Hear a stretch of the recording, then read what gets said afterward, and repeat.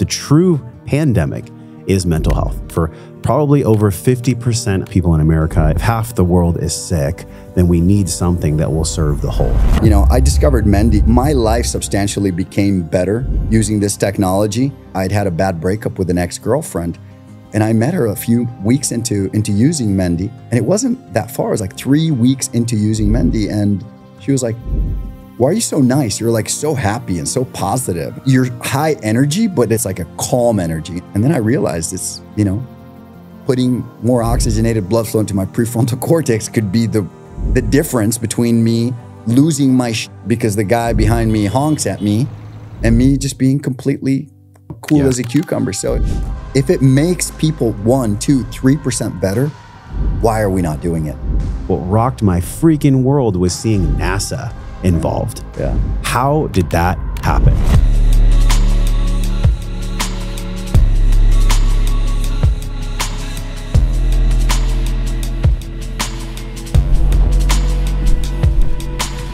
Your life journey to get here has been a long journey.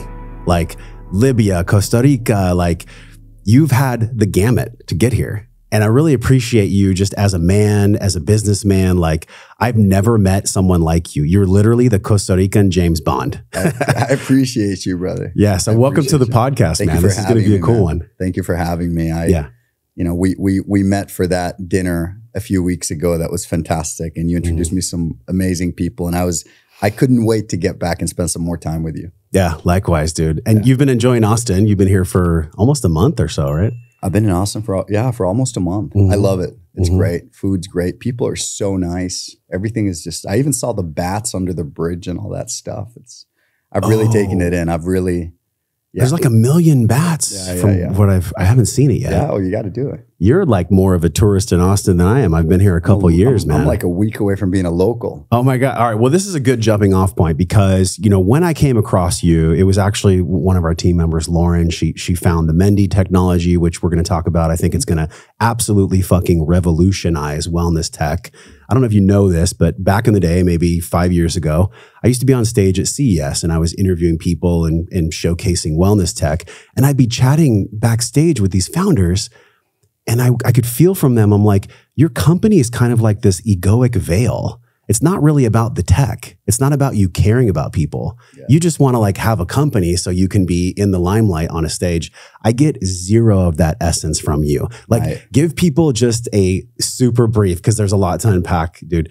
Give people a super brief story of how the Costa Rican James Bond investor, like, you know, philanthropist, like world change mover, TEDx speaker, multiple serial investor, like you've lived so much life in such a short amount of time.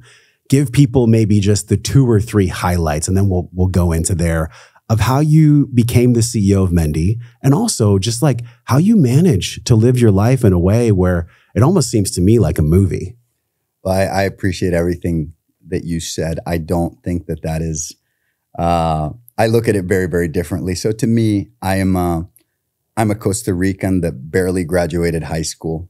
I had a drug overdose at age 16, was in a coma. I'm like the ultimate fuck up. Like I fucked up so much. Sure. And I have been always next to people that have not only tolerated my fuck ups, but that have given me a 10th chance and that have helped me. And I'm just surrounded by smart, beautifully sensitive, generous, caring people. And I think it got to the point where I had no choice but to get it right at some point. And I'm older than you are.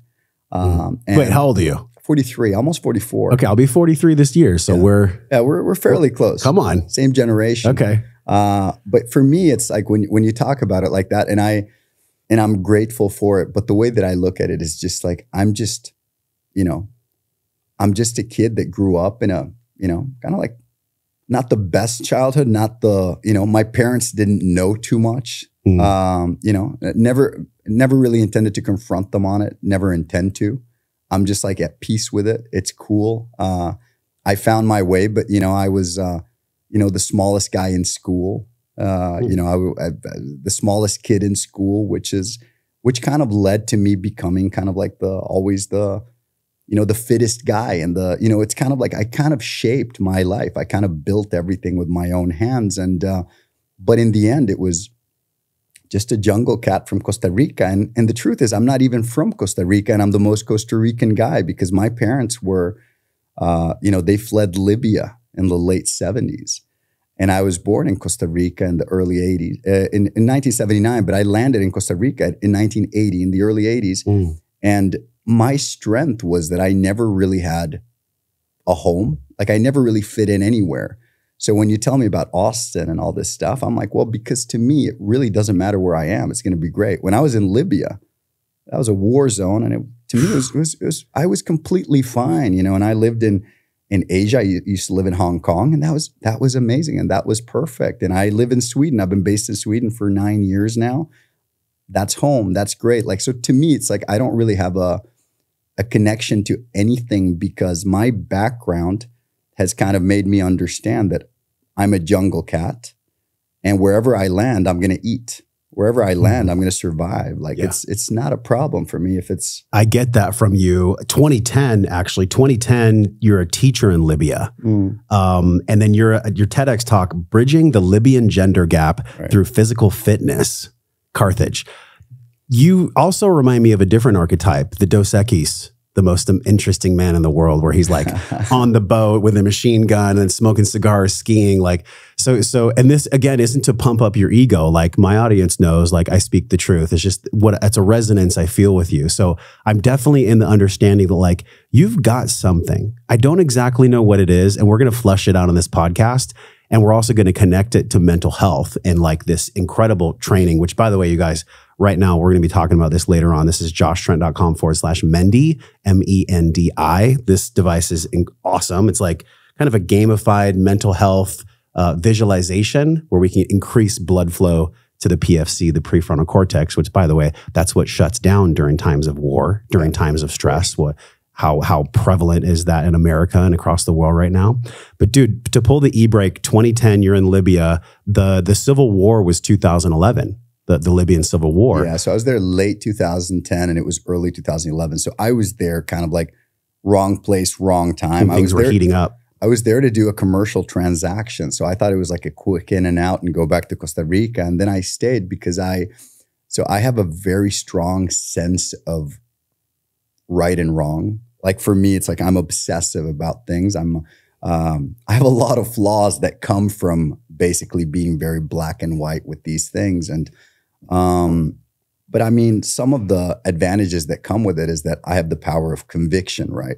I also have the power of stupidity, right? Like I don't weigh risk reward very well, which gets me into trouble, but it's also made me probably more successful than I should have been, right? Just based on the fact that I can just say, fuck it, it's going to work out, and I think that things are easy. And I think you know me well enough where you know that I actually believe it. Like, it's just easy. When we met, we had a quick chat and it was like, all right, you're having dinner this week, whatever. I was like, I'll take a flight. I'm here in Nosara. I'm in Costa Rica and I'll just land on a flight. I came in I was in Austin for like 15 hours. Yeah. And I came and I had dinner with you and, with your friends who are fantastic. And to me, it's that easy. It's like, life is more, it's about just making decisions instead of overthinking. So I'm actually very different to all the people around me.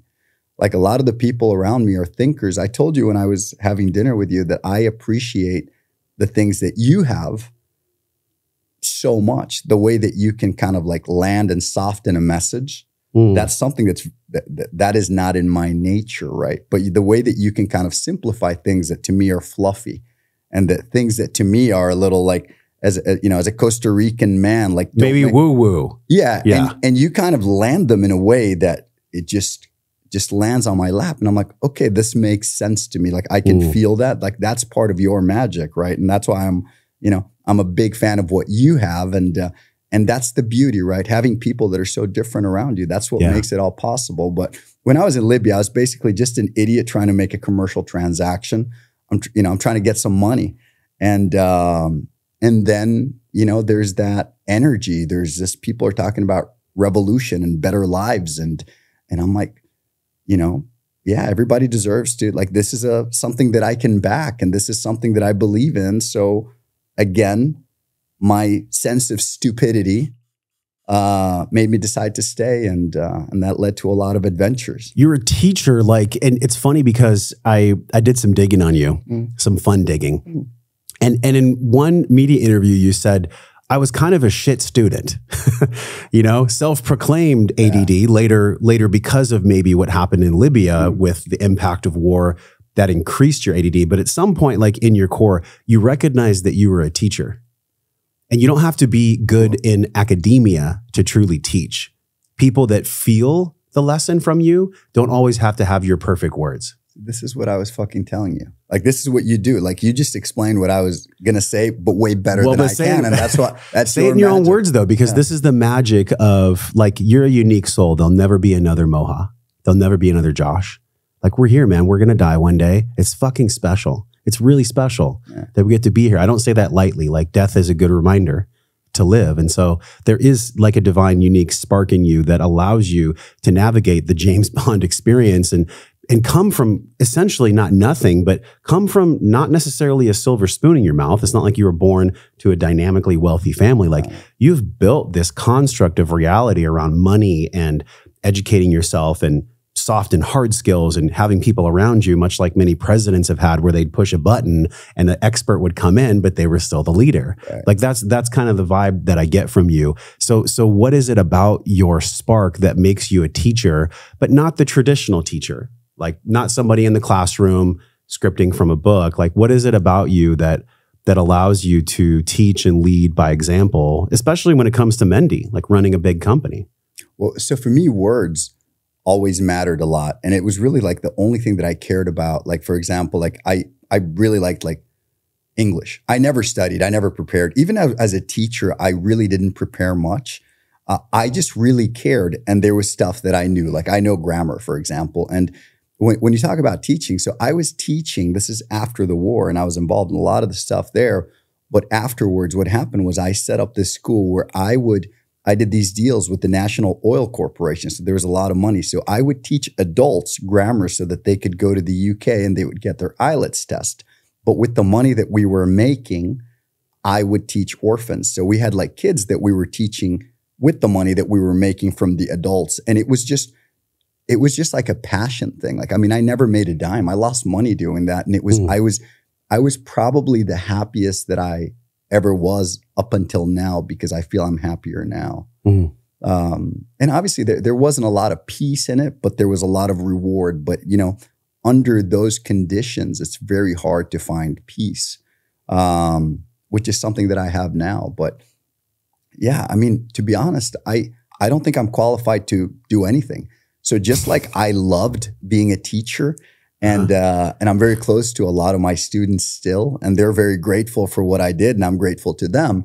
Like, I don't feel that I ever was qualified to teach, just like I don't feel like I'm qualified to be the CEO of a company that, you know, a neurotech company. You know, it's just that there's many smarter people around me that make it, you know, that actually need those one or two good things about me, which include conviction and fearlessness. It's an interesting concept, isn't it? Like, someone is qualified. Like, I know in your world, it's both science and it's also emotional intelligence, which is like not always perfectly quantified. It's hard to quantify emotional intelligence, but science and like hard data, I think that's super easy for all of us in this intellectual bath that we're swimming in, where everybody's got the top-down approach to explain why you should do something or why you should know this person. Like, there is some kind of an existential energy that you and I share. Like, Zach Bush calls it the redox system, where, you know, in your enteric nervous system and in all the micro muscles in your face, like, we're checking in with one another right now. We checked in when we met. We checked in when you got off the plane. Like, we're sussing each other out. Like, is this person trustworthy? Right. Do they mean what they say? Do they have good character? Are they somebody that I could introduce to my family? Like, these are ancient things that are experiencing in our systems at all times. But what's really fascinating is, like, in your world, that doesn't always come to the top of conversation. In your world of Mendi, and especially tech in general, Silicon Valley is full of those people that I was telling you backstage, that they might have a huge belly and they're a health CEO. It's like there's a disconnect, dude. Right. Can you talk about that disconnect in wellness technology? Because a lot of people that run companies, I feel like it's more of an ego projection in Silicon Valley than it is actually truly wanting to help people, like really wanting to help people. So expand on that. For me, I do everything kind of very instinctively. And it really all comes from the heart. Like I honestly have just, which is funny because I'm mostly deaf out of my right ear, but I'm really good at listening to myself, which is funny for somebody that's partially deaf, right? But I have good instincts. I've just honed them. Like, you know, we come from the jungle. It's like I really feel very connected to our animals, to like the jungle cats. Like for a jaguar in Costa Rica to survive, I mean, they've got to be very aware of their environments. They've got to be able to feel things. They've got to be able to smell things. So I look at things in a very different way. I'm not a big reader. Thank you for giving me this book. I'm very excited about it. Shout out to Waylon Myers. This is something I will read. And I appreciate it. I appreciate it. And I appreciate you a lot. But me, it's like, I've always been a very, very instinctive person that will only kind of like go by my own rules, which has given me a lot of problems, obviously, during life, but it's also brought me a lot of rewards. It's brought me a lot of, and some of those negative traits that come with somebody that has maybe an excess of conviction and an excess of courage is that I've always been for example, a very aggressive person. And you know, there's a lot of flaws that come with being, you know, a certain way, right? There's the good and the bad. And the reason why I even ended up, for example, accepting this job at Mendi, because I don't know if you know this, but I was retired before Mendi. So I retired in 2019, and then they found me. And it wasn't until I started using it, and we'll get into it later, but it wasn't until I saw changes in my own life that it became a mission for me. It's kind of like, you know, like you see a lot of times people that have like a certain condition or that will have like a family member develop a condition or pass or something. Yeah. That's when they get super passionate about a cause. For me, it's very much the ultimate expression of that, to the point where I can't even really get, you know, I can't half-ass things. So if something doesn't make sense to me, like that's why I'll train all my friends and I'll get them in shape and stuff, because to me, it's like, come on, man, it fucking makes sense. And sometimes I need to, you know, bang my hand on the table for years and years and years, you know, such as the case with, you know, the CEO of Spotify, who's now, he lifts more than I do and he kicks my ass and he's shit talking me probably as we speak, you know, and he's one of the best human beings I know. But it was just like, dude, you're so smart and you're so much better than me at everything. You're just so fucking competent. I don't have 2% of your capacity except in this realm. So what I would love is for you to conquer my realm as well, because that's my thing. I'm the guy that can do 40 pull-ups. Like, understand, I'm the guy with the six-pack. In my 40s, I'm going to be 70. I'm going to have a fucking six-pack and I'm going to be able to kick just about anybody's ass, right? You know, it's like, I want my friends to be like that. But at the same time, if those friends can be strong and they can be, you know, confident, but at the same time, they're really caring, good human beings that raise their, you know, their daughters and their sons in the right way and can make the world better and can impact millions of people, which I'm fortunate to have people around me that impact millions and millions of people, to the point where I believe that I can do it with Mendi, right? And it's just like, it's just such a beautiful thing. So I'm just grateful. Like, it's just gratitude. Like the thing that you talk about, like all these compliments that you give me, which to me, like, I appreciate them, but to me, they're, you know, they don't make that much sense. In the end, it's just this jungle cat that's very grateful. Like, I'm just grateful to be here on Lake Travis, talking to you and learning from you and absorbing some of it. And I'm excited to. Likewise. And you know, you can perceive them as compliments because they are, but really, like, when a compliment is authentic, it lands a different way. Yeah. Like, we know. And I feel it. Like, I that's why I'm so open to you. And that's why you know, we've had the even though it's a very that's why you're here. Relationship. That's why, you know. That's why you're here. That's why I've introduced the device to a few friends. That's why I've been using the device, not because it's some new cool device, but because you told me about it. Right. Because we have an actual relationship. all sales and business and growth and everything that everyone wants never comes from a fucking sales page. It always comes from like a trusted relationship. Look at what's happening on Instagram, where you have many of the guys that you know, like these huge, like 10 million, 20 million followers, musicians. And they post one thing, and it's not because they post it that it gets the sales. It's because of all their life story that brought them to be that influential, where people will trust what they're saying because they've earned it in a way. They've really earned it. And so you've earned it. And it's interesting because if you didn't speak English until the 6th grade, and you were in Costa Rica, and then you went to Libya, and then, you know, Sweden, and all these travels, along the way, you had to develop this dynamic sense of, I am confident, I know who I am, I see my flaws, emotional intelligence.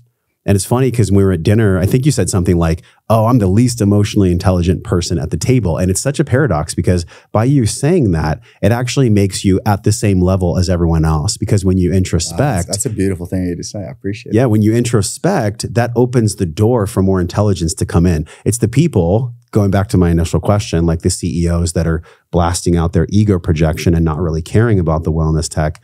Those are the people that never take the self-inquiry. You know, they're not aware of who they are. They just think that they're this holographic manifestation of their ego that has 7 zeros attached to their bank account. Yeah. You see that a lot, I'm sure. Can you share with us the true essence of the dichotomy inside of Silicon Valley from what you've seen in investing and in your relationships?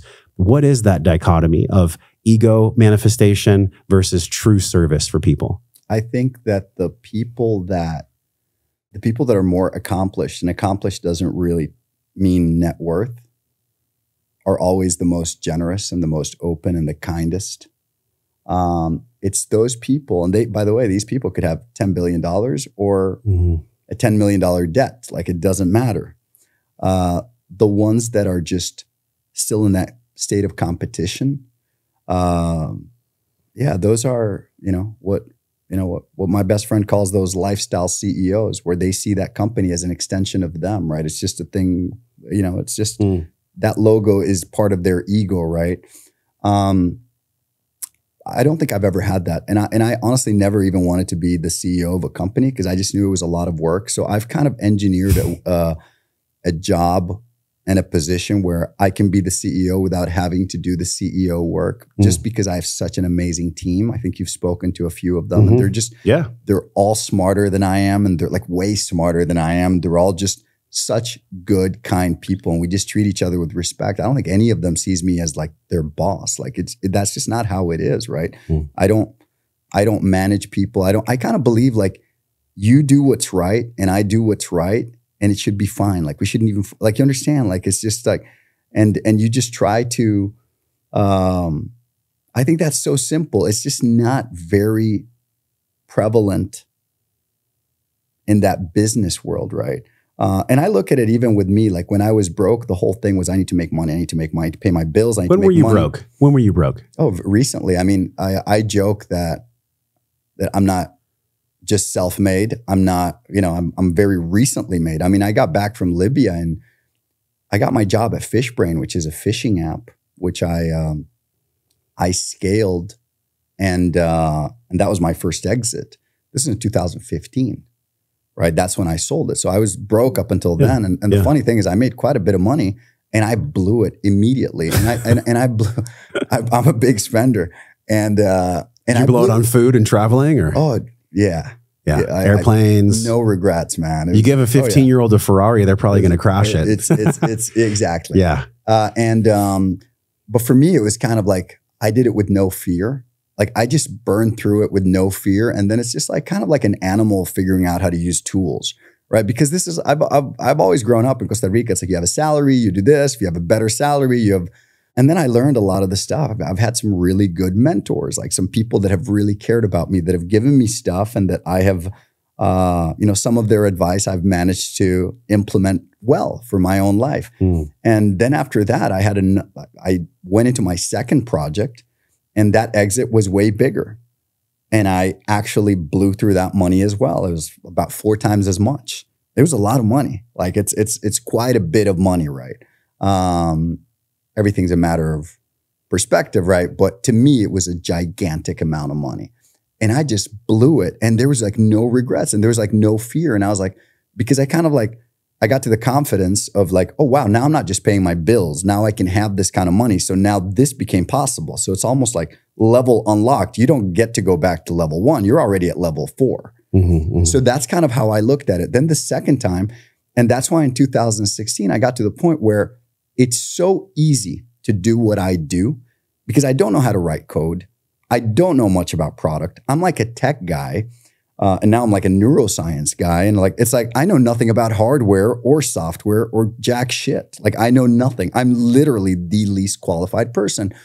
But what I have is I have the skill set of, you know, kind of like a hybrid between a club promoter with values and a fighter.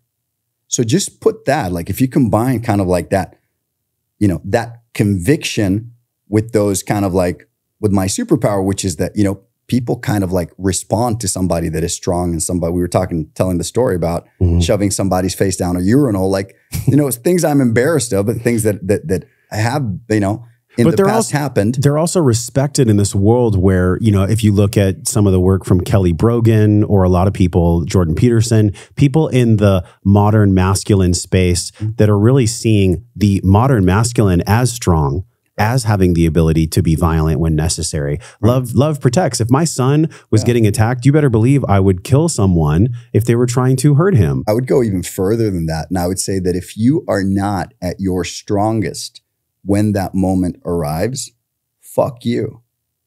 Because you're a bad father. Like you understand, like it's your responsibility to be just the biggest, scariest fucking version of yourself, but also to be the kindest version of yourself. Those in parallel. Yes. That's how we fucking stop, you know, women in fucking Afghanistan from fucking being locked up and beaten every day. And that's how we stop a lot of the problems in the world, right? So for me, it's like, it's very, I think big, and I've got this delusion that, you know, if we are strong, but we are kind, there literally can't be problems. It's almost like that's kind of like yeah, to me, that's kind of like the perspective. If we were all stronger, physically stronger, which then equates to mental, and then equates to mental strength. We even had a little bit of a conversation about money, right? About how powerful it is. Like I'm a lot more useful to you if I have resources. Like for example, like even to you, let's talk about us, you know, Moha and Josh, you know, I'm a lot more useful to you with my resources, with my contacts, with those things that if I was just like this nice random guy that's absolutely, you know, without any of these things, right? But long story short is I just realized that I could monetize my personality and that there's way smarter people that are better at other things building these incredible products.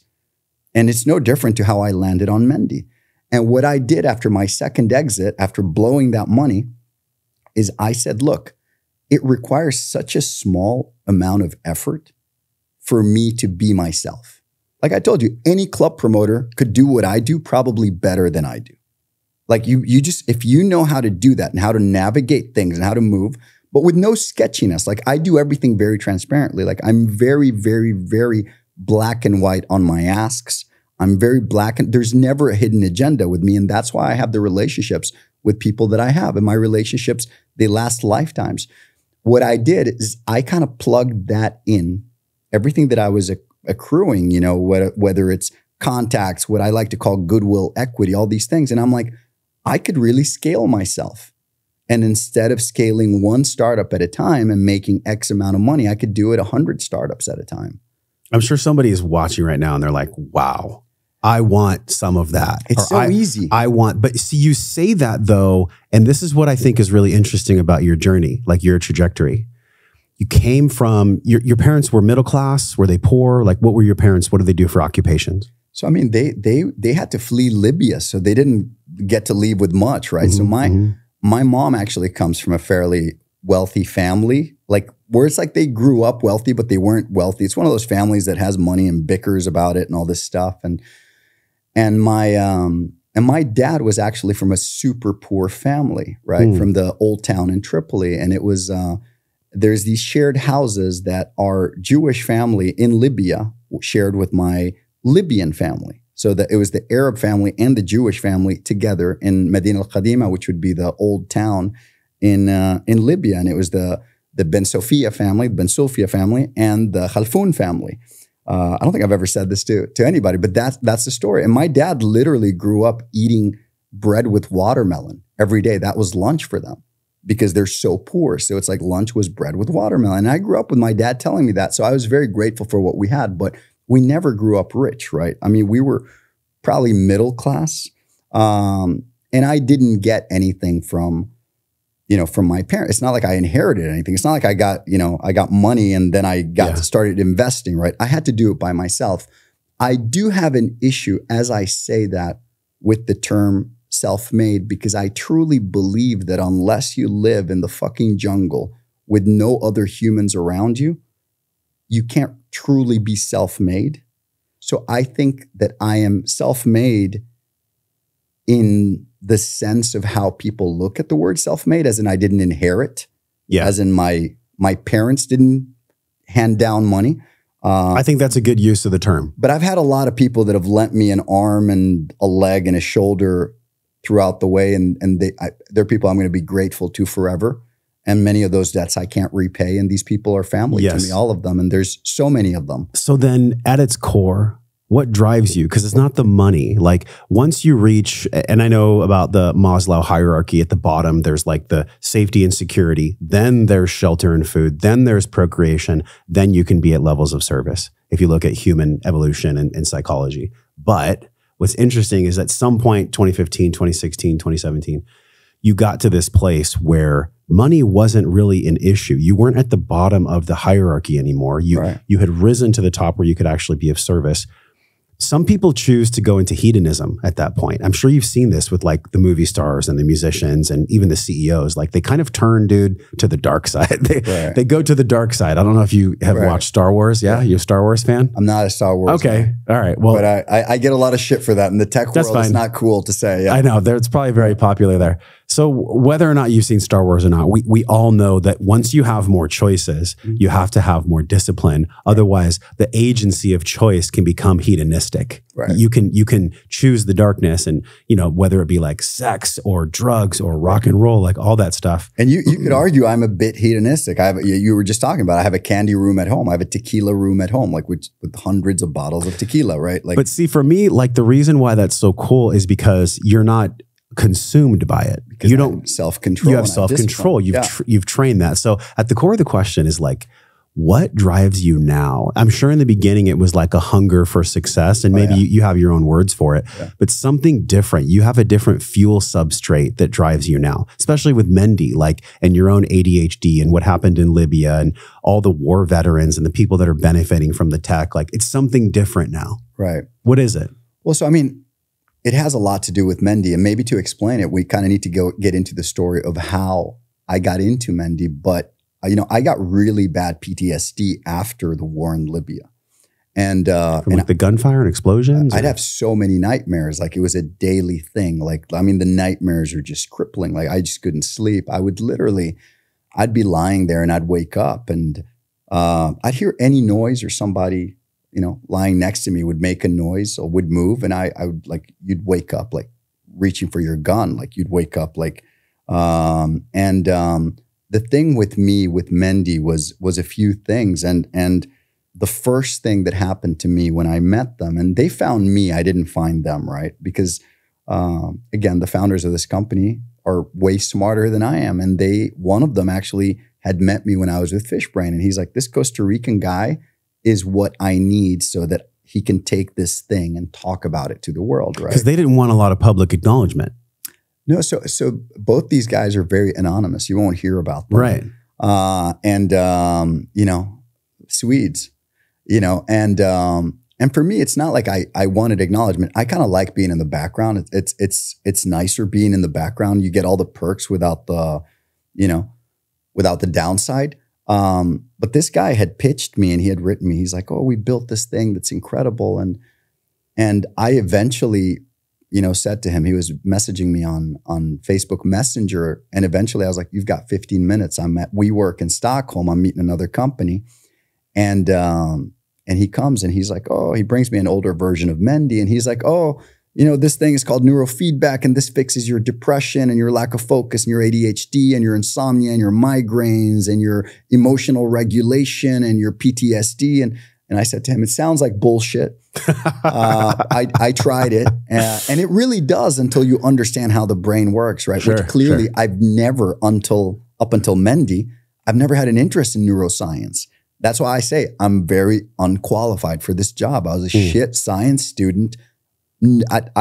My interest in this field came because of the improvements in myself, right? And that's when, you know, I got involved with Mendi before even trying the product. I did one session and I invested.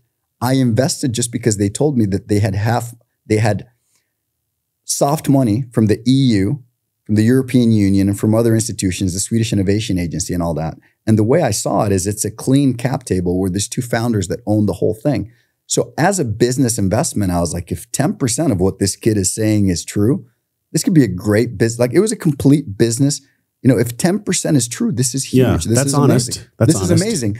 And I said it to him when I invested, but within I started using it and the nightmares literally went from a few times, like every day, like waking up every single day to all of a sudden I'm almost not having nightmares at all. And I'm like, shit. And then the breaking point, I've spoken about this, was I'd had a bad breakup with an ex-girlfriend. And I met her a few weeks into using Mendi. And it wasn't that far. It was like 3 weeks into using Mendi. And she was like, why are you so nice? You're like so happy and so positive. And like it's your high energy, but it's like a calm energy. And I'm like, shit, should I be really fucking offended? Because I've heard this from like 10 people, right? Like, who were you before? Yeah, exactly. What kind of an asshole were you before? What kind of an asshole was I before? And then I realized it's, you know, putting more oxygenated blood flow into my prefrontal cortex could be the difference between me, you know, losing my shit because the guy behind me honks at me and me just being completely, you know, cool as a cucumber. So it's, but that's the whole thing. Like I just kind of like landed like Mr. Magoo. I've just kind of like luckily landed in the right place with the right people. And they happen to be more successful and smarter and kinder. And when you talk about what my motivation is, like at this point, I'm very like black and white. I'm very like disciplined. I've been fasting for decades. I only eat at night. You know that. And you're an OMAD guy, 1 meal a day? I do like a 4-hour window. So I'll have several meals and I'll have these feasts. It's kind of like every day is Ramadan kind of for me. But it's like every day. And that's why I have the candy room and all this stuff. But I kind of like that whole celebration of we're going to eat. Like to me, like there is a ceremony to eating that gets wasted on standing in line and buying a sandwich. To me, it's offensive to what that does to our bodies. And even though a lot of people would disagree with me because I'll eat, you know, ice cream, you know, and be like, oh, what the fuck are you doing? You're killing yourself. You're eating ice cream every day. I'm like, well, I want to eat ice cream every day. It makes me happy. I enjoy it. One of my many companies in Sweden was the biggest blood testing company in Northern Europe. So I know that I'm not dying. So it's like, it's a combination of my happiest life plus decisions that make me kind of like not destroy myself while living my happiest life. And it kind of leads to, yes, I want to enjoy as much as possible, but without destroying the planet, without hurting you. I want to make, you know, whatever, this amount of money, but not at Josh's expense. Yeah. And I'd rather make $300,000 with Josh and my other buddy than to make $20 million by myself. Like to me, it's just like, it's kind of like the math doesn't make sense with me, but everything makes sense to me.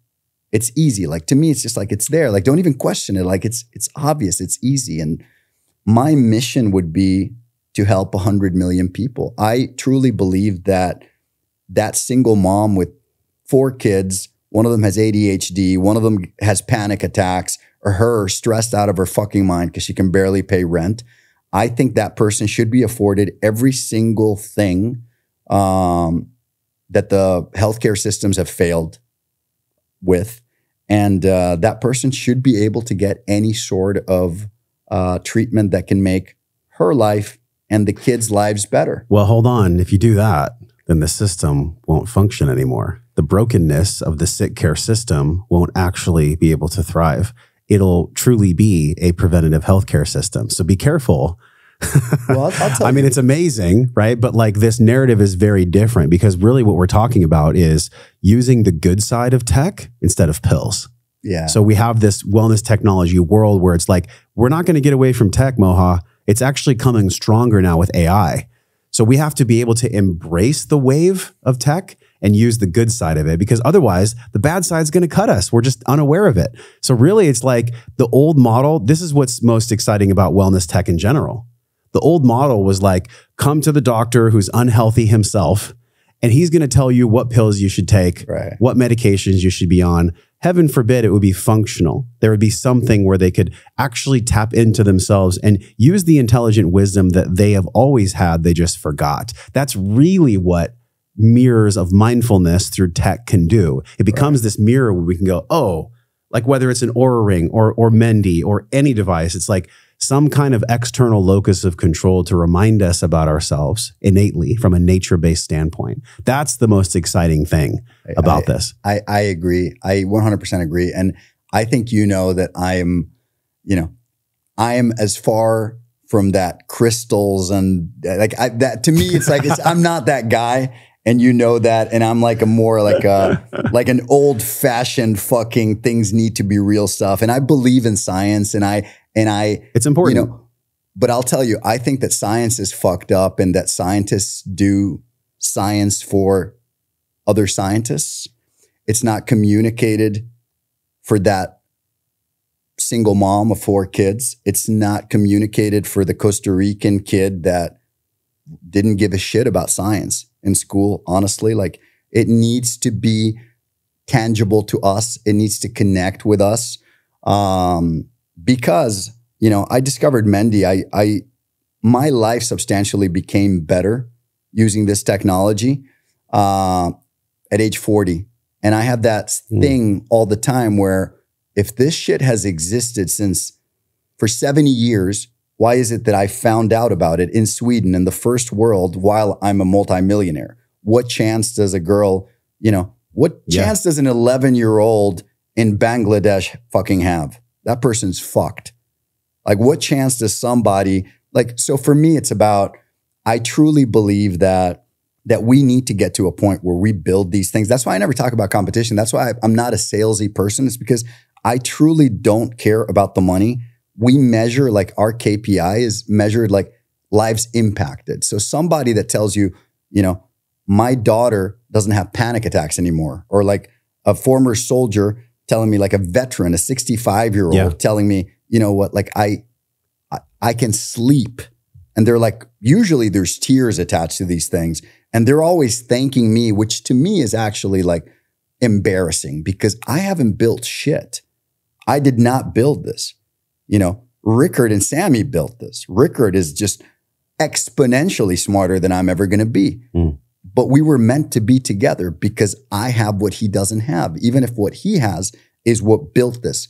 He needed somebody to help him reach that person that needed to hear it. And for me, that's kind of like the way I look at it. It's about a lifetime value thing, right? Like, I'm not anti-drugs. I'm not anti-pills. I'm not, you and I have spoken about even things about ayahuasca and stuff like that. Like, it's not for me. I had a drug overdose in 1996 to the point where I don't mess with anything, because it's not even out of fear. It's just because I feel I am in such a good place that there isn't an urge for me to find something better or to understand anything else. I truly believe, perhaps in a delusional way, that I understand life and that I'm exactly how I need to be right now. If I was searching for an answer, and perhaps I would need to be smarter in order to be searching for an answer, but I'm just not. And to me, that's easy. It's wonderful. Like, I'm doing exactly what I'm. 2 questions. Yeah. I remember when you talked about your dad, the watermelon and the bread, and then you had said standing in line for a sandwich is disrespectful, essentially. Is it because you came from knowing that watermelon and bread as to why you treat meals like a ceremony? Is that, let's go there just for a second before we get into the science of Mendi. I think our reward system was always food related. When you say our reward, you mean you and your families or just humans?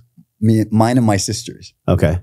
My sister Sophie, who is one of my heroes. I love her. I have a big sister and I have a little brother. And my sister is literally, the funny thing is the people that I admire in life, like the top people that I really respect and admire, they're all women. They're all very strong women with traits that we would associate with masculinity. And I just think that when we were little, I didn't grow up eating bread and watermelon. That was my dad. Mm-hmm. So we had access to just about everything. We didn't grow up rich. I remember growing up in we had a small apartment, immigrant parents who had an accent, obviously. So there's a lot of people that can connect to that. So you always feel a little bit like an outsider, even though I didn't have it because I was in Costa Rica my whole life. And I'm in Costa Rica, everybody knows me as a Costa Rican, right? Even though biologically I'm not, I'm still more attached to that ground than I am to anything else. And my mom is Greek and Georgian roots, but my parents are from Libya. But yeah, I remember as a little kid, I would sit down and I would watch Transformers, and kind of like, we didn't do much as a family. My dad, all right, now I'm getting super personal, but my dad would just leave for years at a time. And so he'd have a fight with my mom, and my mom is an unbelievably aggressive person. I love my mom. I'm going to go see her next week. I'm going to Costa Rica to see her for a few days. And I love my mom, but very, very, very aggressive person. My dad was kind of like a different aggression. He was kind of like a easily irritable person, but he was like kind. He was just mean. It's very hard to explain, and it's something that I need to think about more. And I'd kind of like to sit down with you privately and just kind of have you pull it out of me. But I remember my dad used to have all these adventures, except this guy would show up every so often, right? Because they would get in these huge fights, and my mom would just lose her shit and just literally, my mom was very aggressive, and he would just leave, right? Perhaps so that he wouldn't get murdered. Like I kind of say it jokingly, but not necessarily. And then my mom was never a very active person. So a lot of my childhood was me sitting in front of a TV watching Transformers, or which is where my obsession with Optimus Prime comes and all that. And I would literally just be eating snacks. And I remember as a little kid saying, like, when I grow up, I'm going to have enough money that I can eat whatever I want every single day. And it's just such, so the candy room makes a lot of sense, because I'm still that kid sitting in front of the TV watching Transformers. It's just that I have a life where if Optimus Prime was a real person, he'd probably be sitting on my couch with me having a tequila. And, I have the resources to do whatever I want. And this is how I choose to stay in shape and to stay strong and to enjoy that every day. So that if it's my last meal, I didn't waste it on a fucking sandwich from fucking. Dude, thank you for sharing. That hits me. I feel that. I was raised on welfare. Like, we're talking government cheese, Kick cereal. My mom and dad did the absolute best they could. And I'm super grateful for them. Like, how is your mom? I'm grateful. She's a lot better. Thank you. Yeah. And so I'm like, okay, if we have a mess, we grow up in these situations as children where it can be a mess. Like, it sounded chaotic. It was definitely chaotic in my upbringing, and probably 90%, God bless the 10%, but 90% of people that are watching this or listening to this, they can just relate to what you just said in some way, because it is. And if you look at Peter Levine's work, or Bessel van der Kolk, or anybody in trauma and somatics and understanding of human psychology and somatic experiencing, we literally are the projection of what transpired for us when we're children. Yeah. But we have to be able to be an adult and father ourselves, and essentially to mother ourselves, so that our childhood doesn't fucking own us. Yeah. Because when our childhood owns us, that's when PFC completely turns off. And this leads me to my second question. I'm so glad we explored that, man. I'm so glad we explored the roots of like what it is you're actually doing. I've never said any of that ever to anybody. It gave me chills just to hear it. And it connected with my own story growing up in La Mesa and like having times where we couldn't eat food that we wanted to eat. Like that was real for us. Yeah. And so I think the contrast, the vacuum that was created for you where you didn't necessarily receive, and God bless your mom and dad, right? You didn't receive the things that young Moha needed. It's not about blaming your mom and dad because that takes away our agency, right? It's about knowing, okay, how can I be of service from my wound now? Not that I'm ignoring my wound, not that I'm bypassing it, but like it doesn't make sense for me to bathe in it and sit in the wound. I may as well use that as a fuel source to serve from. Right. And so that's what this is why I love podcasting, because even though we've had dinner and even though we've spent time together, this is really the meat. This is really the connection point that I think we share. It's like when you come from something that you didn't receive that you needed, you have two choices. You can use that as an excuse to be mediocre and not serve others, or you could say, wow, that hurt me so bad. I know it's hurting other people. And when we're hurt, we are totally in our ancient brain. Like our PFC shuts down. We're in fight or flight. The science on this is freaking fascinating. We could probably do an entire podcast about the science of the prefrontal cortex. I went very deep in my research on this and I found something that isn't even on your site. Yeah. And so maybe you guys can use it for the site, but it was this Yale Medical School study, and it was chronic exposure to uncontrollable stress causes loss of spine and dendrites in the PFC. Of course. Yeah. And they did this massive study on how when people are triggered or in stress or in wartime, I know that Mendi essentially was started with the idea of victims of war and trauma, people struggling with PTSD, anxiety, ADHD, like that was its origin. But then I'm sure the more you guys got into it, you realized, wow, this isn't about just the hard science of big trauma. This is also helpful for people that like have regular trauma. Yeah. Like the lowercase t trauma, the neglect, the stress, the screaming kids, all that stuff. Share with us about those two types of trauma. And actually even in your own life, healing using the device to get more blood to the PFC. This is the ultimate crux of, I think, why Mendi could change the game for mental health. There's a lot of pills and lots of other devices out there, but they don't really attack the core component. And that is this unit that gives us agency to connect and feel that literally, dude, turns off when we're stressed. Exactly. Go into that. Controlling that is everything, right? I heard recently that the ultimate superpower that a human can have, I don't remember exactly where I heard it, was emotional regulation.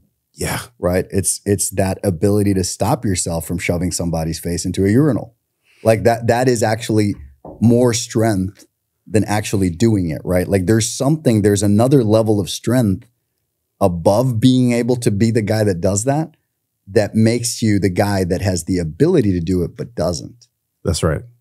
Because, so for me, I've had to learn these things in my adult life. It's funny because I tell you my mission is to enable Mendi being able to help 100 million people. That's my job. It's unrelated to money. It's a goal that is just kind of like my life's mission now.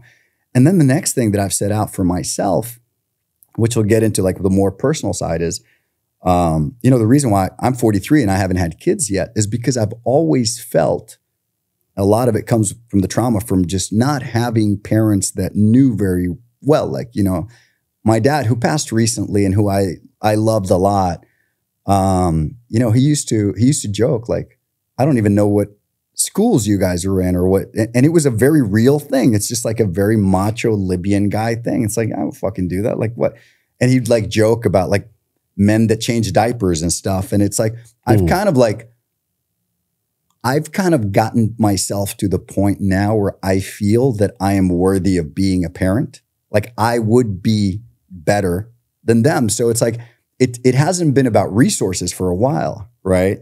But to me, it's just been about now I feel that I have the capacity to raise a kid better than I was raised because I don't want them to have to figure out the shit that I figured out and go through an overdose and a war and 50 other thousand fucking things, right? And obviously my prefrontal cortex being able to fight that amygdala,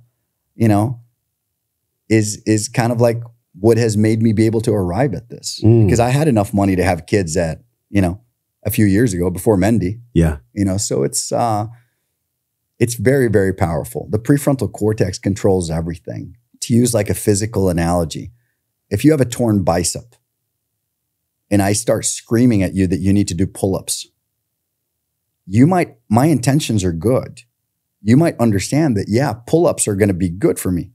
You just don't have the fucking ability to do it. So for me, Mendi is more about having the ability to do things. I went through therapy and I had this incredible therapist. Her name is Brigitte Flensburg. She's unbelievable. I love this woman. She helped me a lot to understand why I did a lot of the fucked up things I did and why I reacted in the wrong way and why I would lose my shit if somebody would roll their eyes anywhere in my vicinity and stuff and all sorts of stuff and little Moha and all this. But it didn't give me the ability to control my behavior. So for me, that is kind of like what Mendi brings. It's a very physical thing. It's a very tangible thing. It's, yes, it's like telling an alcoholic, drinking is bad for you. If the alcoholic is lying on the street and they see that I'm staying at the Four Seasons, the alcoholic probably wishes they were fucking staying at the Four Seasons and not sleeping on the fucking street in their own piss. The problem is they don't have the ability to stop drinking and go get their shit together. And to me, that combination of things, that's why I don't believe that there's one thing that fixes anything. It's the combination of things that make the whole. One of the things that fascinates me about the neuroplasticity element is that our brain is literally plastic. Yeah. Like that thing trips me out when I think about, like if you heat up plastic, you can mold it and shape it. And our brain is basically warm plastic. People forget, it's so easy to forget about that. And I'm like, wow. So if I take a device, like I used to use the Muse for a long time and then I stopped using it because Muse was kind of like my training wheels to meditate. And so I've actually been sharing with people like Mendi is both hardware and software. Right. Because what's interesting is that when you get this real-time feedback, so for y'all that don't know, we'll put it on the screen right now. You can see there's a handheld device. You're getting this video game element from the visual cortex, which goes into your brain, which then utilizes the blood flow to the PFC. And what's really cool about this is like, I've actually used this thing. I've shared it with buddies and it feels good. So that's the biggest report card that I could say for anyone else is like, when I'm focused on one thing, whether it's like a gamified little nodule on a screen, I'm not thinking about other shit. And when I'm not thinking about anything else, it becomes really in a way like an active meditation. Yeah. Where instead of me just sitting and going, okay, I'm going to focus on letting go, which is really hard for people, which is sometimes why I say, if you want to breathe, come with us at breathwork.io because breathwork is for people that can't meditate. Right. But I'm really curious how we can combine the specific breathing practices with the Mendi because essentially, and you please share with this blood flow increase and the different, I think it's microscopy that goes in and actually measures the blood volume increasing in the PFC, which again, during times of stress, shuts off. Yeah. Could we also use the vagus nerve and the enteric nervous system to spike even more blood to the PFC? And then how can we see that unfolding in times of stress, when the kids are screaming, when the dude cuts me off in traffic, when I'm upset with my partner, whatever it is, I can see this literally heating and molding the plastic in the brain. And that's what's most exciting. Like to me, if, you talked about the 80s, my mom's manic bipolar. So if she had this, if I had this, I'm the only one in my family that hasn't taken SSRIs. Knock on wood, like hopefully I'll never have to. But it's in our epigenetic expression that my family has to depend on certain things because genetically we're wired in this way. And I think people can relate to this. So the short question for my long story is, how is this going to help us? Like, how is this truly going to help us in the brain mold that plastic so that when it counts, when we're under the stress, that we can respond in a loving way? Well, it's about having control. For example, it's about being able to flex your bicep at will, right? The problem is that, and there's a study that's being done in Sweden on violent offenders, on teenage criminals, like the worst of the worst, kind of like the rough. And the one thing they all have in common is that they have a lack of oxygenated, blood flow to the prefrontal cortex. They don't have enough oxygen in the prefrontal cortex. So Yeah. being able to control that, being able to tap into these things at will is an incredible, powerful skill to have. It's a life-changing, it literally is a different life. The person that can turn that off and walk away from a problem and the person that can't, they have very, very different outcomes and very different lives, right? Yeah. That's the difference between, being awarded and celebrated for achievements versus ending up in prison. Like it's literally like that. You're talking about breath work, you're talking about physical exercise, you're talking about all these things. They all add up, right? But what I will tell you, and you mentioned Muse, for example, which I think is great. It's like they're all these companies. It's a good starter. It's yeah. I've never, people get very surprised that I've never talked shit about any company out there. I'm not an expert in the field. There's a lot of people that know a lot more, the people that I have interviews with and people that you guys all know this space so much better. I'm not like a hardcore biohacker in that I'm the guy that knows all the wearables and knows all the technologies. I'm not that huge of a reader. But what I will tell you is that to me, the closest thing to Mendi would be the squat, like the squat rack or the bench press.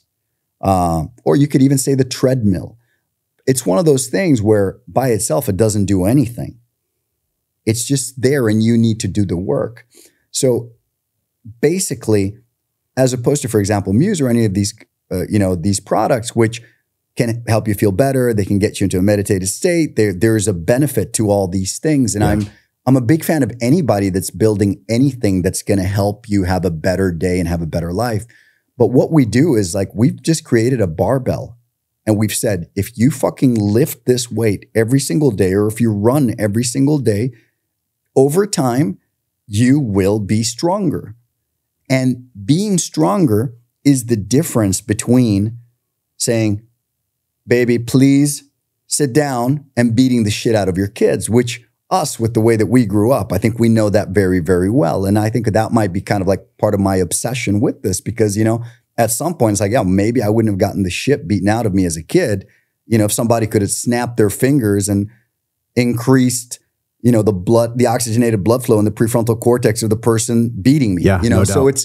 it's one of those things where it's to me, I see things in a very basic way, like in a very almost like the way that a caveman would see things. But it's it'd be a caveman with access to the smartest people and the best people. When I took the job as CEO of Mendi, I never wanted the job. I honestly, I thought it was a joke when they asked me. When Rickard and Sammy asked me to take the CEO job, I had actually proposed that we offer the job to one of the highest people up at Twitter. And one of the smartest people, huge Silicon Valley guy, friend of mine. And they said, no, we don't want him. And this guy's like a huge name. And I'm just like the Costa Rican guy. And they come over to my house and I have a tequila room. It's like, there's no fucking comparison in my mind, right? And they said to me, oh my guys, you need like that tech guy, or probably one of the people that you're talking about, or you need like some neuroscientist, like somebody with like they tend to be boring though. And no, but you know what they said to me? What they said to me is, yeah, but you believe in us. And that's really all we need.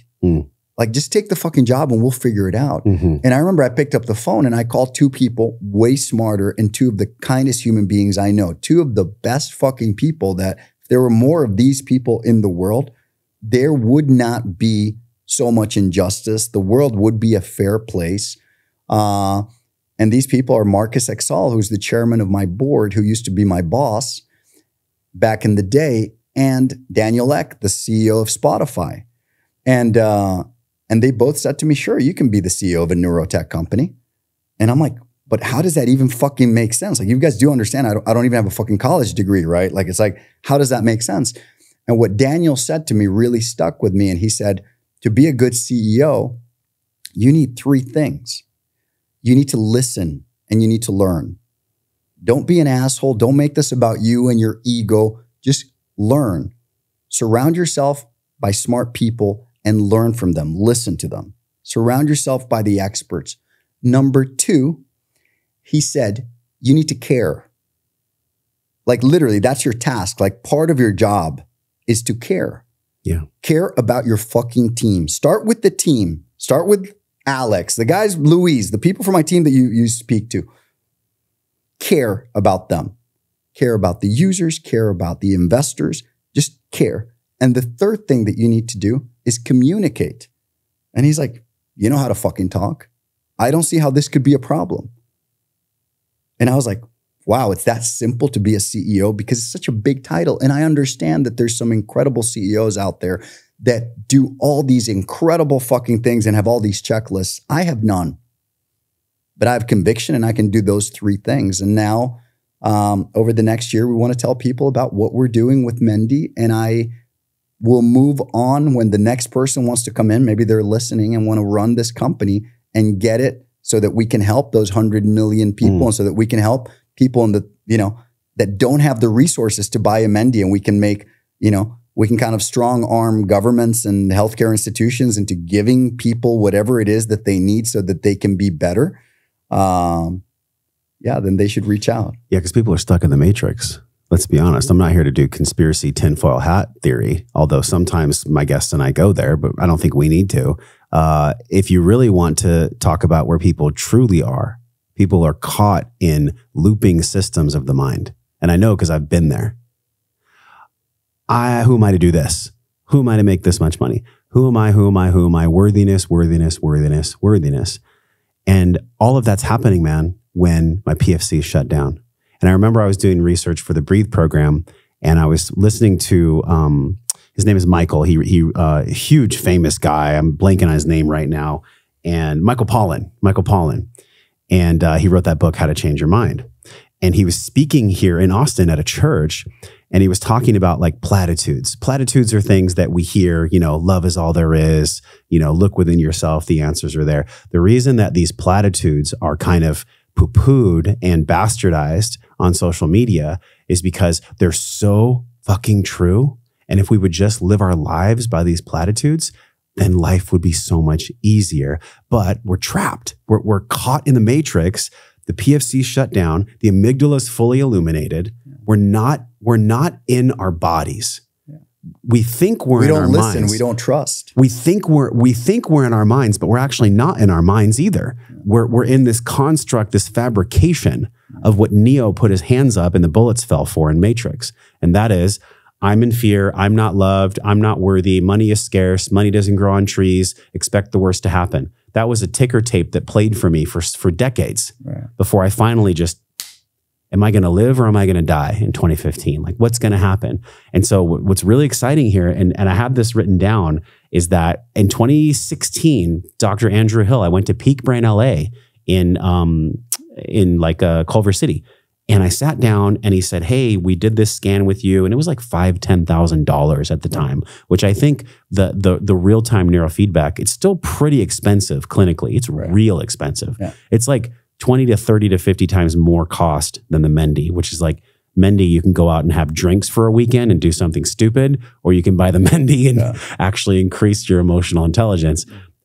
How did you guys get all that expensive tech, squeeze it down, and get into something that you literally, and I did this in 2016, $5,000 to $10,000 at Peak Brain LA to get that real-time feedback? How did you do it? How do you put all that tech, clinical grade tech, into something that people can use with their smartphone? Like that just blows me away. Right. Well, what happened is that, Sammy, one of the two founders of Mendi, he was so involved in this world, and he managed to slip on a banana peel, and in through the door walks Richard Eckloff, who's one of the smartest people in the world, who happens to fucking have been building these touch screens for like Ericsson and a company called Neonode. And like, I think he was doing like for Apple and for Samsung and all this. And he was an expert like in light technology and all this stuff.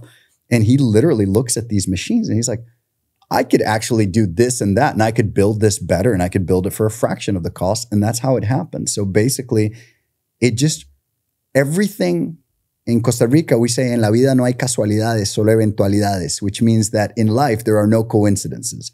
Everything is meant to be. Me being here, everything. So Rickard walking in that day for a consultation because he had, because he wanted to get neurofeedback sessions, obviously, it was no coincidence, right? He was meant to come in and build this thing that would eventually help people. And it's already, by the way, we have 25,000 people using Mendi. So it's not like it's out there. There's a lot of people. Yeah, of course, we want to get it into the hands of more people. We want to distribute everywhere and all that. But it's we're starting and we're moving fast, right? There is a world where everybody has access. I also believe in a world where we don't bullshit people. We don't overpromise. We don't say, buy this, it's going to fix your fucking depression. Like that's, for me, it's about not preying on the desperation of people. And that's been kind of like the thing from the beginning. It's Rickard has built the best possible thing that we could build.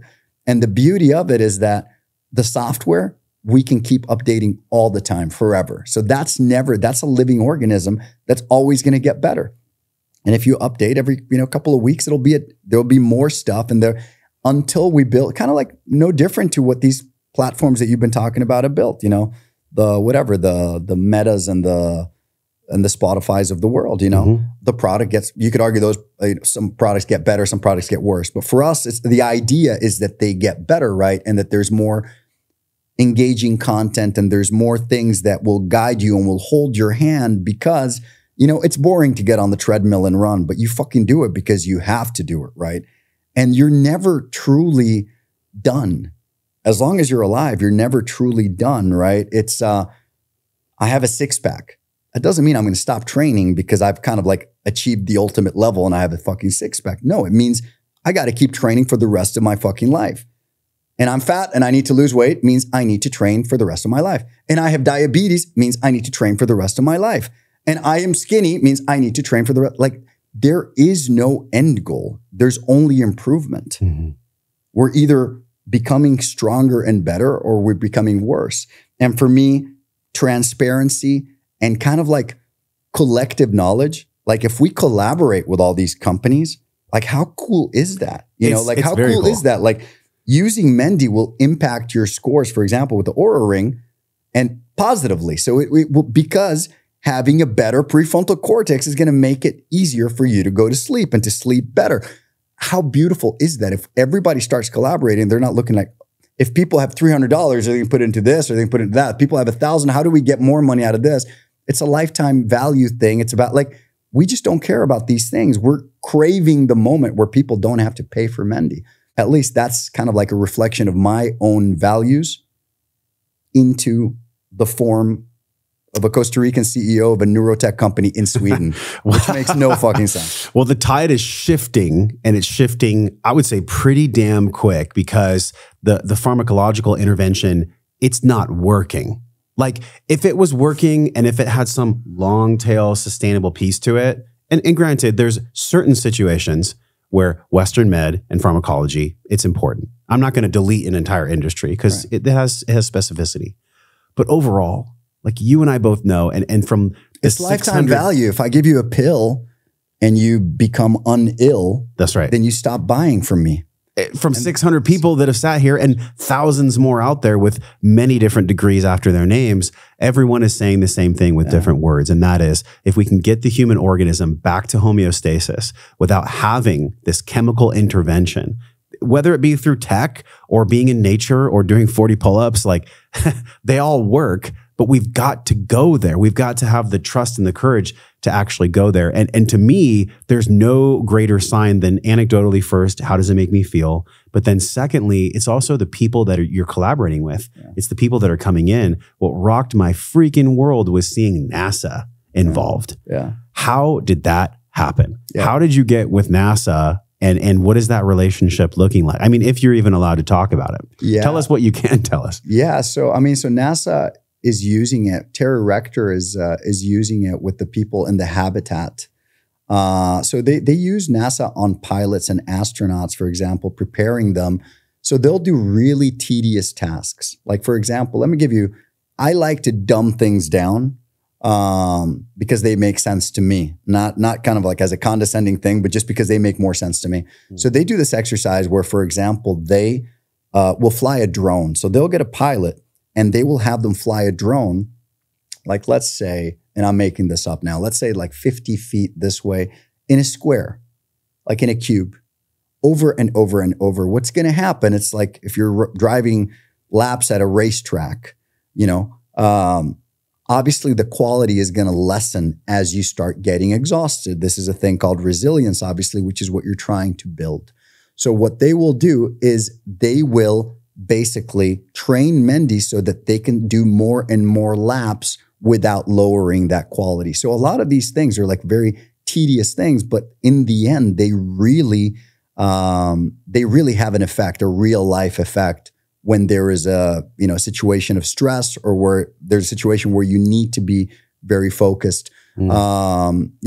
Stanford is doing a lot of really, really cool things. Those would be some good guests for you to have. I can connect you to some. Yeah, one of the guys is Dr. Ben Rain, who you did connect me with. The funny thing is, how I met Ben Rain? So I literally DM'd him on Instagram, and I was like, I fucking love your content. I can show you the DM. It's so He's ridiculous. got some cool stuff where it's like him talking, like a talking head in front of the research. The thing is, so for me, it just resonated. It just made sense to me. It's the kind of thing where, kind of like that, that TikTok generation, that short clip generation, that's how you make people understand, right? I just can't do TikTok. People don't want to read fucking papers and all this stuff. And those things are written for other researchers, right? It's like stripes on a jacket. They don't care about that single mom feeling better. They don't give a shit about that kid feeling better. What they care about is the exactitude, when there's no fucking exactitude. So this is my issue with a lot of the science out there. But what I've found, which has been very refreshing, is that a lot of scientists actually do care about impacting people's lives. And they're like, well, you know what? We can look at this and we can look at that. And if we scream, and that's why I'm using your platform, and I'm very grateful for your platform, is if we scream out there, kind of like when Optimus Prime, when the Transformers are calling each other, it's like whoever is out there that has info, that has knowledge, that wants to debate us, that wants to question us, fucking bring it on, because we are all aligned. We're looking for the truth, and the truth does not hide. There's really no answer out there that's going to scare us. The first people that reached out to me when we did the Kickstarter campaign, when we launched on Kickstarter, is one of them was a guy named Ido Ben-Artzi from Tel Aviv Neuroscience. And this guy, people would be like, oh, this is bullshit. This is, we didn't have a device. People never heard of us and stuff. And my answer was, I would write my phone number. I've only had one phone number ever. Like for years, since I've been in Sweden, I've had one phone number, the same one that I have right now. So that's why so many people have it, which is why I miss so many messages, right? Especially WhatsApps. So basically what happens is that people would be like, oh, this is bullshit. This doesn't make sense. So I'd be like, oh, hi, my name is Moha. I'm Mendi CEO. This is my phone number. You can go on Kickstarter and you can see this. I'm like, if you want to, by the way, if you want to get on a video call and record it, let's do it. Let's talk about whatever it is. There's nothing that I'm afraid of, because I'm not if you have nothing to hide, el que nada debe, nada teme is what we say in Spanish. It's like, if you don't know anything, you're not afraid of anything, right?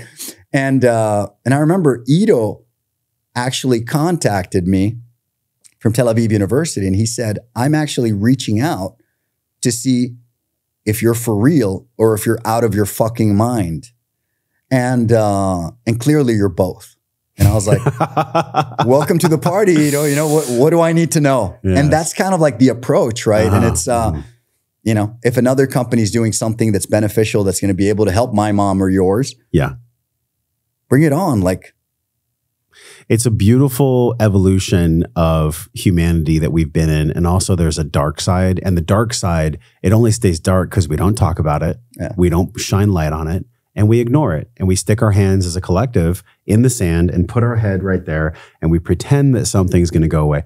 Mental health and the true pandemic, not the plandemic, but the true pandemic, is mental health. It's something that I've struggled with. It's obviously in my family tree. Sounds like it was for you, and I know it is for probably over 50%, unfortunately, of people in America, and you could even say globally. If half the world is sick, then we need something that will serve the whole. If half the world is sick, the other half can at least support the nurturing and the healing of humanity. And even if it makes them 1% better, even if it doesn't fix the fucking thing, if it makes people 1%, 2%, 3% better, why are we not doing it? Why is everybody not just dropping what they're doing and just fucking focusing on that? It's well said. And also, could we wear this and have it project us back to the pyramids so we could see the dawn of civilization? No. It'd be really cool if it could, but like, this isn't some kind of heady thing. I know we wear it on our heads, but like, it's not a heady thing. That this fMRI, this functional near infrared spectroscopy, say that 10 times fast, man. Yeah. This is the non-invasive brain imaging technique that measures blood. So you just put it on for 10 minutes a day, right? You do your training just like you're going to go to the gym. You're going to do your bench presses and you're done. Mm-hmm. You go on with your day. You wake up, you do it, you're good. Your brain is healthier. Week, right? Your brain is stronger. You can do it every day. But to start, 3x a week, 30 minutes a week. Everybody's got that. Everybody's got it. Because we're probably in stress and in torment 300 minutes a week. So if we just took 30, we covered so much ground today, man. And I really appreciate the personal story and like the vulnerability that you shared. I know it's not like the easiest thing to do. I will actually process how it, having said that probably after this, because I'm still in this moment. Good. Get a phone call from my sister. Well, I feel that people will really get the essence of why Mendi exists and why you took over at the helm and what this whole thing is all about. Like, we've talked about the science, we talked about your story, and really we talked about the human aspect of this. This is not just something that people want to tick a box and be like, I did my breakfast, I did my protein shake, I did my Mendi. It's not like that. Like, to me, everything's spiritual, everything. Otherwise, we wouldn't be here having a spiritual experience. We would just be like ones and zeros, like computers. But we're not fucking computers. Yeah. We're men and women. We're human beings. And so this helps us be instead of living in the mind and fluttering around. So we covered this so much ground, dude. Like, what did we miss? You know, what's something that still fascinates you about this work and about this world of Mendi and mental health? And what is something that maybe you've been wanting to share that maybe you haven't had the chance to share it yet?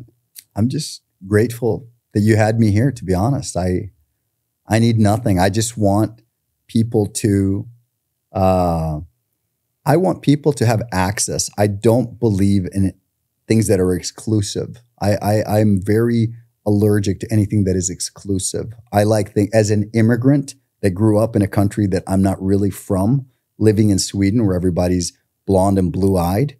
For me, it's about inclusion. It's about access. It's about that person that needs it. It's about that, you know, about people getting a chance, because I feel very grateful that I've gotten so many fucking chances, you know, and if I blew 49 of them, but it's stuck on the 50th, you know, and I got my shit together, and to me, it's just like, people deserve at least a chance, you know? So it's, for me, it's just about these Swedes are building great stuff. And if we can help make the world a little bit better with it, thank you for allowing me to talk about it. Oh man, thank you. And by the way, this table is from Tamarindo, Costa Rica. Oh, wow. This is a perotta tree. That's awesome. And so, I've mentioned this a bunch. I felt at home, man. I've mentioned this a bunch on the podcast. Like, there's just something beautiful about like Costa Rica in so many ways. So with your Costa Rican background and you know, makes me happy. The lifestyle that you've had and honestly, like even the near-death experiences with drugs that we didn't have a chance to go into. Maybe we'll do another podcast in the future when like Mendi's 2.5 or 3.0 version, to what you know now to be true. And with everything you've accumulated, like the entrepreneurship, the traveling, and you know, the James Bond lifestyle that you lead, but also the groundedness that you have and the wisdom that you've picked up along the way. From everything that you've learned, how do you see wellness? Like, how would you define a life of wellness? It's a question I've been asking myself since 2015, since we started this podcast. And I ask it to every guest, and every guest has their own version of it. And sometimes the answers stick to our soul. And I know sometimes the answers stick to everyone else's soul. How do you define wellness? Like, what does that mean to live a life well? It's understanding that things are easy. People think too much and they get in the way of the answers that are in front of them. That applies to wellness. That applies to getting off the couch and getting your life together. That applies to absolutely everything. It's just that acknowledgement that it's easy. Life goes on. Life is beautiful. Life is magical, and life is easy. And as soon as you literally just say, I'm just going to start approaching things like they're going to work out, they fucking do. So that's it. It would be just understanding that things are easy. That's wellness starts there. If you're stressed and you're thinking that things are difficult, you can have $1 billion and the best 8-pack in the fucking world. That's not wellness, man. That sucks. That's a shit fucking life. It's eloquent because even when things are hard subjectively, we have this objective mechanism in the brain. If we have a functioning PFC, if we can be in our body, we can actually see the challenges as good things, which is a true paradox, right? Like, why would I welcome challenge in my life? Why do I sit in an ice bath in the morning? Why do you do full 50, 40 pull-ups? Like, why do we do these things? It's because there's a part of our soul that knows, like, when we do the hard things, we start to reassociate to the hard things as actually love and of service to us, because it makes us stronger. Otherwise, we wouldn't be evolving as human beings. We would just be like these mediocre little controlled, well, some people think we are being controlled. That's a whole nother conspiracy theory podcast. But yeah, man, it's been a great journey with you here. And I'm just excited about the road ahead. And also, thank you. You gave our audience a discount, which is huge. Like, it's not cheap. It's not easy, even though you say it is, for a team of like 30 plus to go to market from Sweden in America and do something that's actually going to impact people. So y'all need to go right now to joshtrent.com/Mendi. The code is Josh20. It's 20% off. It's already way cheaper than going out on the weekend and doing unhealthy stuff. So y'all just go to that link. It's right here in the show notes. And if you're listening, it's wherever you can tap your player. The code is Josh20. Dude, thank you so much for coming on the show. I'm excited about this. I'm excited about helping people in a really practical way without pills. That lights me up. So from my heart to yours, thank you for coming on the show. And for all of us, from Moha, from Josh, from both of our teams, we're both wishing you guys love and wellness. We'll talk to you soon. Pura vida. Pura vida. Hey, thanks for watching this video. If you love this video, hit subscribe. That way you'll be automatically notified when new videos come out, new episodes, and also share this video with a friend. If you loved it, they're gonna love it too. Check out some of the videos on this screen that are perfectly curated based on the video you just saw. Make sure you follow me, and I'll see you in the next video.